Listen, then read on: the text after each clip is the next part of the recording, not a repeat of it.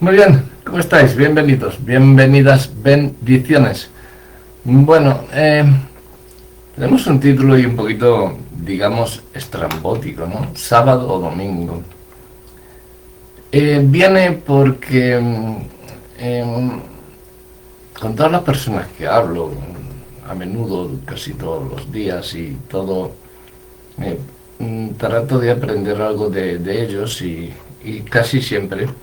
Aparte de mis hermanos y hermanas en la fe, pues hablo también con gente de otras denominaciones, religiones, eh, de otras ideas, con otras concepciones. Entonces, estuve hablando con un adventista, un sabatista, por ejemplo, no sé, porque Israel también celebra el sábado. Yo creo que personalmente pues hay una no hemos estudiado bien las cosas, pero lo que sí que sé es que Cristo es mucho mayor que el sábado. Esto crea mucha confusión en muchos creyentes. ¿Debe la Iglesia celebrar a Cristo en el sábado? ¿Es el sábado un día obligatorio para adorar? ¿Tiene un poder especial el sábado, este día? ¿O es simplemente algo que apunta hacia otra cosita, algo mayor? No, la palabra de Dios nos da una respuesta clara eh, en Colosenses 2, 16, 17. Dice, por tanto, nadie os juzgue en comida o en bebida, o en cuanto a días de fiesta, luna nueva o días de reposo. Todo lo cual es sombra de lo que ha de venir, pero el cuerpo es de Cristo. Hoy quiero mostrarte con la Biblia en la mano por qué no debemos celebrar a Cristo específicamente en el sábado o el sábado. Y por qué Cristo es mayor que cualquier día. En primer lugar, el sábado fue dado a Israel, no a la Iglesia. Eh, Ya hemos hablado de eso muchas veces, volveremos a hablar porque veo que hay mucha confusión entre el pueblo de Dios y la Iglesia de Cristo. Pero bueno, el sábado no fue un mandamiento universal. No fue dado a Adán, no fue dado a Noé, no fue dado a Abraham, fue dado exclusivamente a Israel, como señal del pacto mosaico. Como sabéis, Cristo vino y cumplió con ese pacto. Y ahora ya no estamos bajo la ley del pacto mosaico, sino bajo la gracia de la sangre de Jesús. Éxodo 31, 16, 17 dice que el sábado era señal entre Dios e Israel. Era una marca nacional, era una señal del pacto, un distintivo del pueblo judío bajo la ley. La Iglesia no está bajo ese pacto. Nosotros estamos bajo el nuevo pacto en la sangre de Cristo. Cuando en Hechos 15 los apóstoles se reunieron para decidir qué debían guardar los gentiles, ¿sabes qué? No incluyeron el sábado para los gentiles. Los apóstoles mismos no incluyeron el sábado. No aparece, no se menciona, no se exige, pues, leerte cualquier códice y escrituras antiguas, originales, que no vas a encontrar nada en que a los gentiles se les obligue a celebrar el sábado. No se lee nada en absoluto. ¿Por qué? Porque el sábado no era para la Iglesia. El sábado era una sombra profética de Cristo. Colosenses 2:17 dice que el sábado era sombra y Cristo es el cuerpo, la realidad. El sábado apuntaba a algo mayor, era un anuncio profético. era una señal temporal. ¿Y qué anunciaba? Pues anunciaba el descanso verdadero que Cristo daría. Jesús dijo, venid a mí y yo os haré descansar. No, id al sábado y descansar en el sábado, ¿verdad? Dios es Señor aún del día de reposo, por eso vamos a Dios. No celebramos el sábado, celebramos a Cristo resucitado, y Él resucitó el primer día de la semana, no el sábado. El sábado estaba muerto. Los que celebran el sábado celebran la muerte. Cristo resucitó el domingo y es lo que celebramos los cristianos. Que celebréis el sábado por otra clase de cosa es igual. Yo he estado en iglesias evangélicas, cristianas, que celebran los cultos el sábado. Yo, por mi parte, me da igual un sábado con domingo, porque yo le celebro todos los días. Pero que el culto, para entregárselo a las personas neófitas y que están aprendiendo, debe ser el domingo por las razones que estamos exponiendo y para que tengan un mínimo de teología y una mínima base bíblica para aunque saber con lo que tratan, ¿no? Si estás asistiendo a una iglesia que te dice que es cristiana, que es evangélica, que es lo que sea, pero están celebrando el sábado, esa iglesia, para mí, bueno, yo saldría de esa iglesia. Yo salí de un par de ellas que hasta con el consejo pastoral me decían que no, Rafa, que es que hacemos esto a lo primero.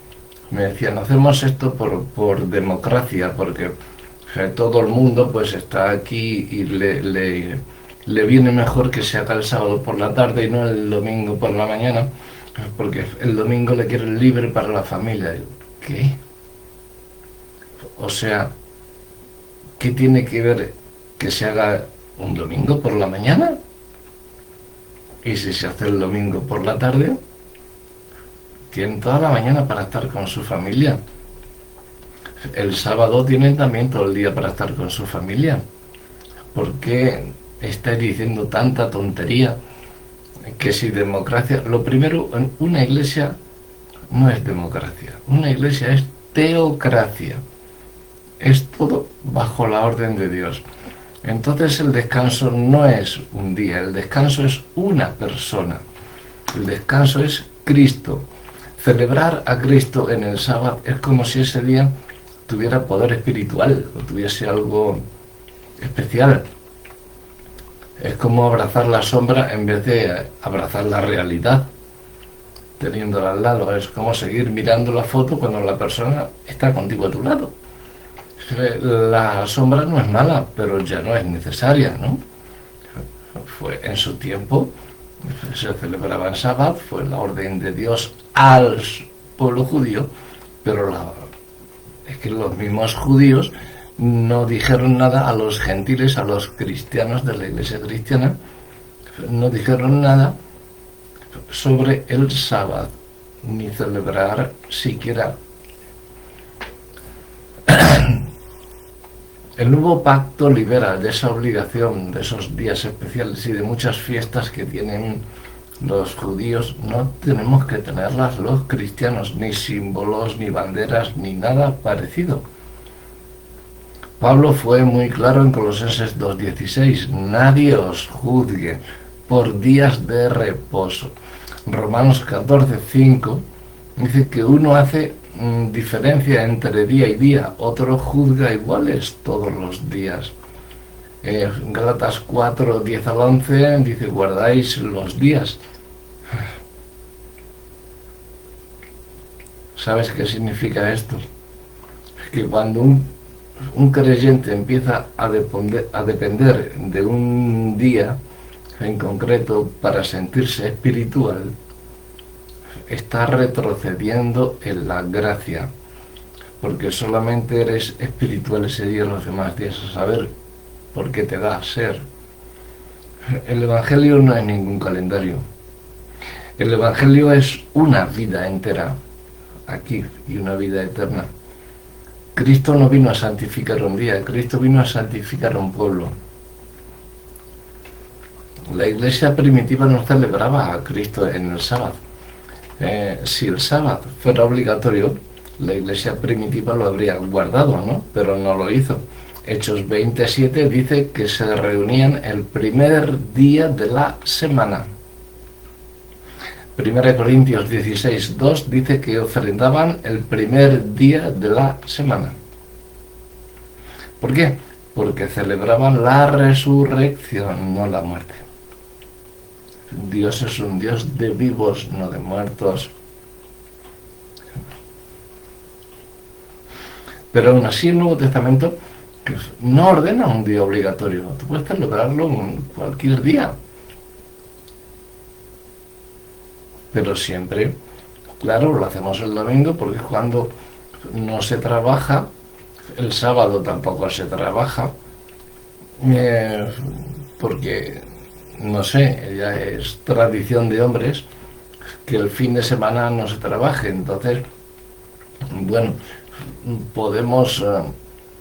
Dios nos dijo que trabajásemos 6 días a la semana. Dios trabajó 6 días y uno descansó. ¿Tenemos que hacer lo mismo? Bueno, pues Dios lo mismo ha provisto un día para la familia y un día para Él. Pero es que a Él tenemos que celebrarle todos los días como yo os estoy diciendo. O sea, no es de llegar y decir, bueno, pues me voy el sábado a la sinagoga o el domingo me voy al templo y allí celebro a Cristo y no. No lo vemos en la Biblia por ningún sitio y por muchos versículos que nos traten de dar del Antiguo Testamento, sobre todo te lo dan del Antiguo Testamento, los sabatistas, que son, aquí por ejemplo tenemos a los de los adventistas, que son sabatistas, son los de la Iglesia Cristiana de Jesucristo, los santos de los últimos días, que yo no creo que tuviesen más palabras porque no los cogerían para poner el letrero en la iglesia, pero bueno, son adventistas y celebran el sábado. Hay muchos, como los mormones, bueno, pero si ves que están dando más importancia al día que la persona, no son verdaderamente doctrinales sanos. Entonces la iglesia se reunía en aquellos entonces porque quería, no porque debía, y ellos dicen que deben de reunirse en sábado. Entonces huye de las obligaciones impuestas por el hombre. Si Dios no te obliga a ello, huye de todo eso.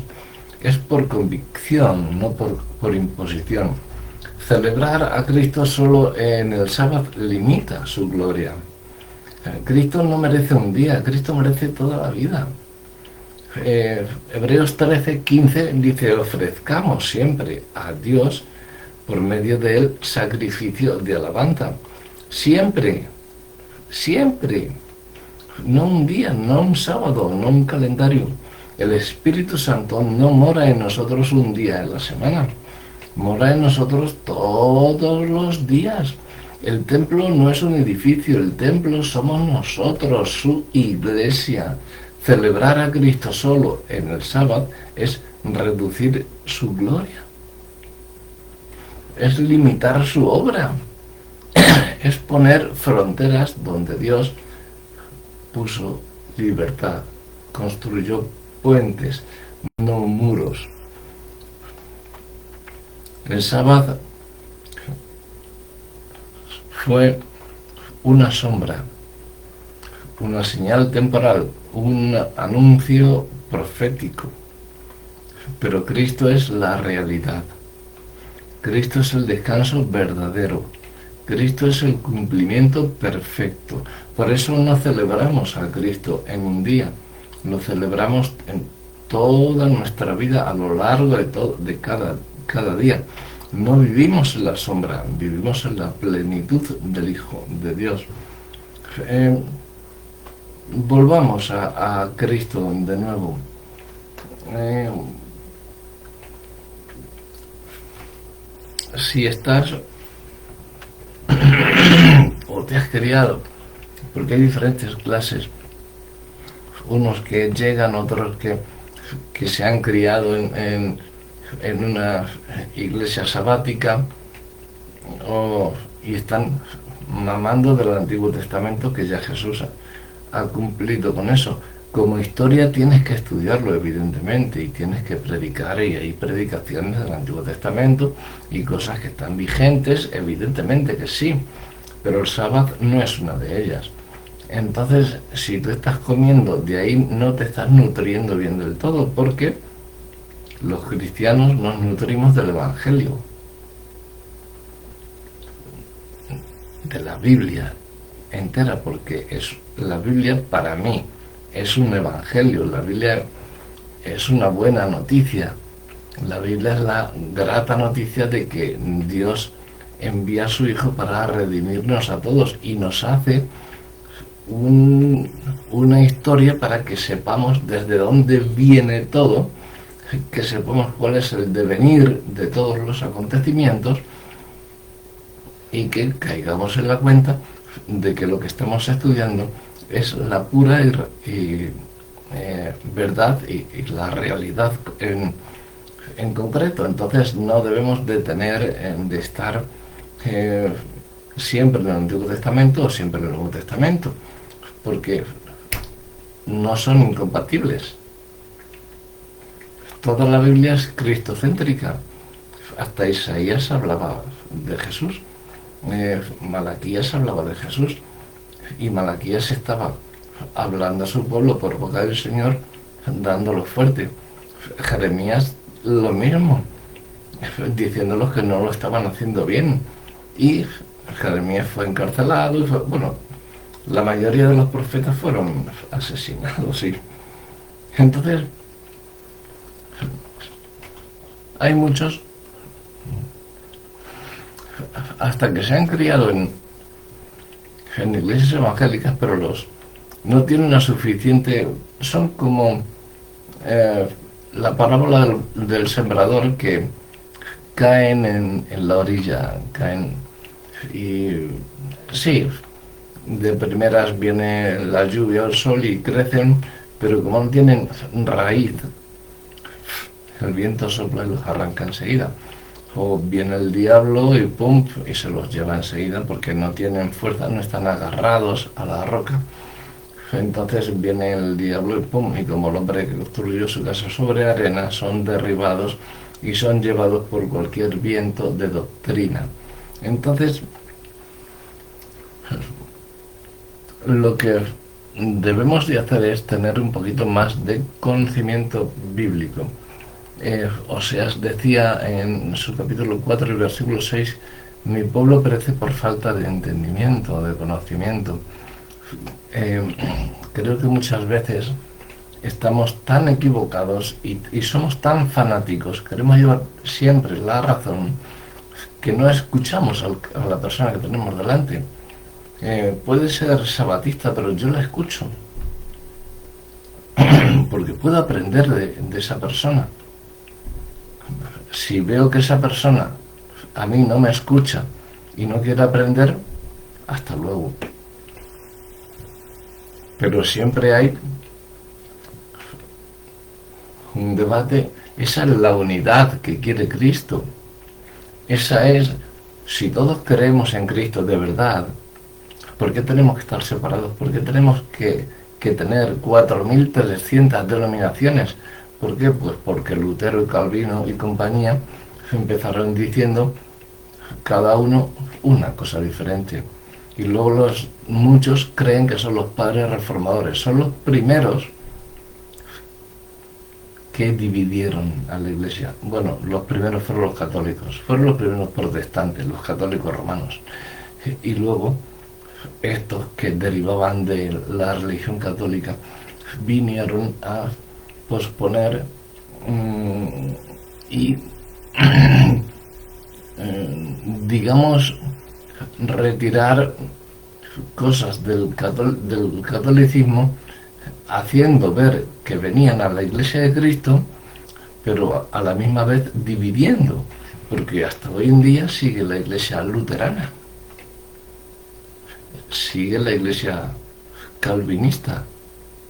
Ahora habla sigue la Iglesia arminiana. Habla con un arminiano sobre de lo que es un calvinista para él. Le odian, o a un calvinista o a un arminiano, se odian. No se dicen cristianos. Y según muchos son los padres de la reforma. ¿Qué reforma? ¿Qué padres? Si solamente están dividiendo a los cristianos, más hubiera valido que dejásemos a los de Constantino, el Julio I y el Papa Liberio y todos estos, que se fueran por sus sitios si quieren, predicarlo nosotros a ellos, porque ellos eran conocedores. Lo que pasa que al juntarse con romanos, hicieron lo que se llama un sincretismo, que es mezclar el cristianismo con religiones paganas, y eso fue lo que hizo Constantino, juntamente con otros personajitos de su colonia. Entonces, si tú... No, yo es que soy pentecostal, yo que soy anglicano, pues yo que soy presbiteriano, pues yo soy metodista, pues yo soy bautista, pues ya tenemos ahí un montón. No creemos en Cristo, pues vamos a unirnos.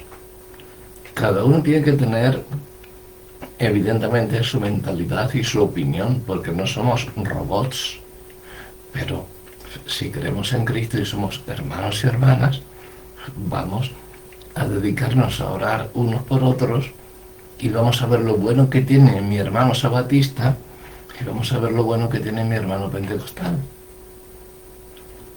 y de ahí hacemos la Iglesia de Cristo.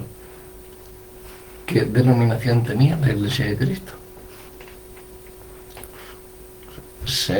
Porque el día de Pentecostés fue el día que se derramó el Espíritu Santo. ¿Ya creéis que la Iglesia de Cristo es la Iglesia pentecostal? Pues no. La Iglesia de Cristo es la Iglesia de Cristo. Nada más. Cristiana. Yo me atrevo a decir evangélicos, porque estamos predicando el Evangelio de Cristo, y la Biblia es todo, el Evangelio apunta todo a Cristo, y a su Evangelio, su testimonio. Somos cristianos, no somos judíos, somos cristianos, por lo tanto predicamos el Evangelio de Cristo. Es algo que vino Él a dar testimonio en su vida, y a eso le llamamos el Evangelio. El Evangelio son buenas noticias, y es lo que Cristo trajo. Trajo primeramente el Padre también, por medio de todos los patriarcas y todos, Adán y Eva y todos los demás, pero no hicimos caso. Ni Moisés, ni Jacob, no hicimos caso. El hombre rompe todos los pactos, por eso Dios tuvo que hacer un pacto consigo mismo. Hizo el pacto de sangre con Jesucristo, con su Hijo, y ese pacto de sangre es el que va a perdurar, no se va a romper como los demás. Entonces, si estamos en ese pacto, ¿por qué estamos hablando de que yo pertenezco a Pablo, yo a Cefas, yo a Apolos y yo a... Pertenecemos a Cristo. Tengamos el culto el sábado, tengamos el culto el domingo, pero predicamos a Cristo, sí o no. Porque si no se predica a Cristo, sal de esa iglesia. Y si no se predica a Cristo verdaderamente, a Cristo muerto, crucificado y resucitado, pero porque hay muchos que te sacan un rotulito y te sacan una mínima parte para luego sobre ese versículo, sacado fuera de contexto, empiezan a hablar y te llevan a su territorio, desvirtuando el Evangelio, estafando el Evangelio, ir desnutriéndote a ti, no solamente el alma, sino tus bolsillos, porque seguro que te van a pedir un diezmo obligado. Entonces, las ofrendas, Pablo las pedía, decía, una vez dijo a los corintios, porque eran para Jerusalén, para los de la iglesia de Jerusalén, porque cuando empezaron los corintios con su iglesia, Jerusalén los ayudó, estaban en abundancia Jerusalén y los ayudó. Ahora necesitaban los de la iglesia de Jerusalén y Pablo les dijo, os ruego, hermanos, que cada primer día de la semana, según hayáis prosperado, retiréis algo, según hayáis prosperado. No que me deis un diezmo porque tal y porque igual, y si no, como hoy que dicen, no, el diezmo ya no hace falta, es que ya se ha quedado obsoleto, ahora hace falta un 50% como poco. He oído ya más de 4 veces eso en iglesias. Ya que los impuestos suben, la comida sube, todo sube, en la vivienda, el alquiler, por lo tanto los diezmos deben de subir, claro, pero si sube, los diezmos deberían de bajar, ¿no? Porque entonces lo que estás haciendo, si están subiendo los impuestos, a los que están ofrendando y dando el diezmo, no ofrendando, dando el diezmo obligado que tú le estás pidiendo, entonces a ellos también se los ha subido esos impuestos. Entonces, alivíalos de esa carga y diles lo que Pablo, cada uno el primer día de la semana, aparte, según lo que haya podido. Yo si puedo, pues doy 7 y si puedo, doy 15. Según hayas prosperado. Como dice Pablo, no el diezmo. Pero ojo, es que el diezmo ya se queda corto, hay que dar un poquito más. O hay que dar 2 veces. Mira que este mes tenemos, como hemos hecho la fiesta esta de Navidad, tenemos que hacer un doble aportación porque nos hemos quedado sin dinero. Pues mira, tú eres el pastor.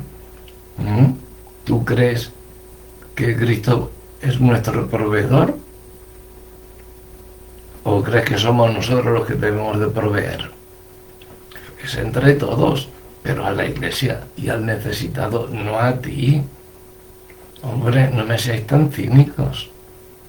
Entonces, sean sabatistas o sean dominicales, me dan igual. Exactamente, yo lo que quiero es que la palabra de Dios se lleve a su sitio y que todos nos unamos, que seamos todos hermanos y hermanas, cada uno con nuestra cultura y con nuestra opinión, pero debatiendo entre nosotros, perdonándonos, influyendo uno en el otro, ¿por qué no? Y enseñándonos. Yo aprendo de ti, tú aprendes de mí, y eso es la unidad, y eso es lo que nos va a llevar a ser un cordón de 3 dobleces, como dice Cantares. Entonces, volvamos a Cristo, volvamos a la libertad del Evangelio, volvamos a la gracia, dejemos el pacto sinaítico, la ley sinaítica, la ley mosaica, dejemos eso porque está cumplido. Los 10 mandamientos, nosotros creemos en los 10 mandamientos. Bueno, calvinistas, si tú crees en los 10 mandamientos, hay que perseverar en la fe para ser salvos. Vale, entonces, ¿por qué dicen somos salvos los elegidos y no perdemos la salvación? Vale, te creo. Pero entonces, ¿por qué dice esto otro Pablo? ¿Y por qué dice esto aquello? Explícamelo bíblicamente, por favor. Y por esto. Vale, pero entonces yo te voy a explicar ahora por esto y por esto. También, ¿por qué no? La doctrina calvinista es una doctrina un poquito herética. La doctrina tulip, porque hasta ellos mismos dicen en la P de tulip que es la perseverancia la que te da la salvación. Entonces, ¿quién hace perseverar? Tú. No es Jesús, no es Dios, no es Cristo quien te hace perseverar. Él te lo pone delante la bendición y te dice, escoge. Es tu elección. Que yo respeto todo lo que tú me vayas a decir, pero todo viene a concluir a la elección. Y entonces, si tú eliges hacerlo en sábado, hazlo en sábado, pero que sea para Cristo. No me empieces a inventar doctrinas nuevas porque te has enfadado con el pastor de la iglesia donde estabas y tú vas y abres otra iglesia con otra doctrina diferente. Y así tenemos más de 4000 doctrinas. Doctrina Cristo. Entonces vuelve a la gracia y dile al Señor que es tu descanso, que Él es nuestra paz, que Él es nuestro reposo y que no volveremos a las sombras y viviremos siempre en la plenitud de su gracia. Creo que es lo mejor que podríamos hacer y desde entonces unirnos y dejar tantas denominaciones, porque este paso, como predicamos el otro día, hay más maestros y hay más pastores que ovejas. Que Dios os bendiga.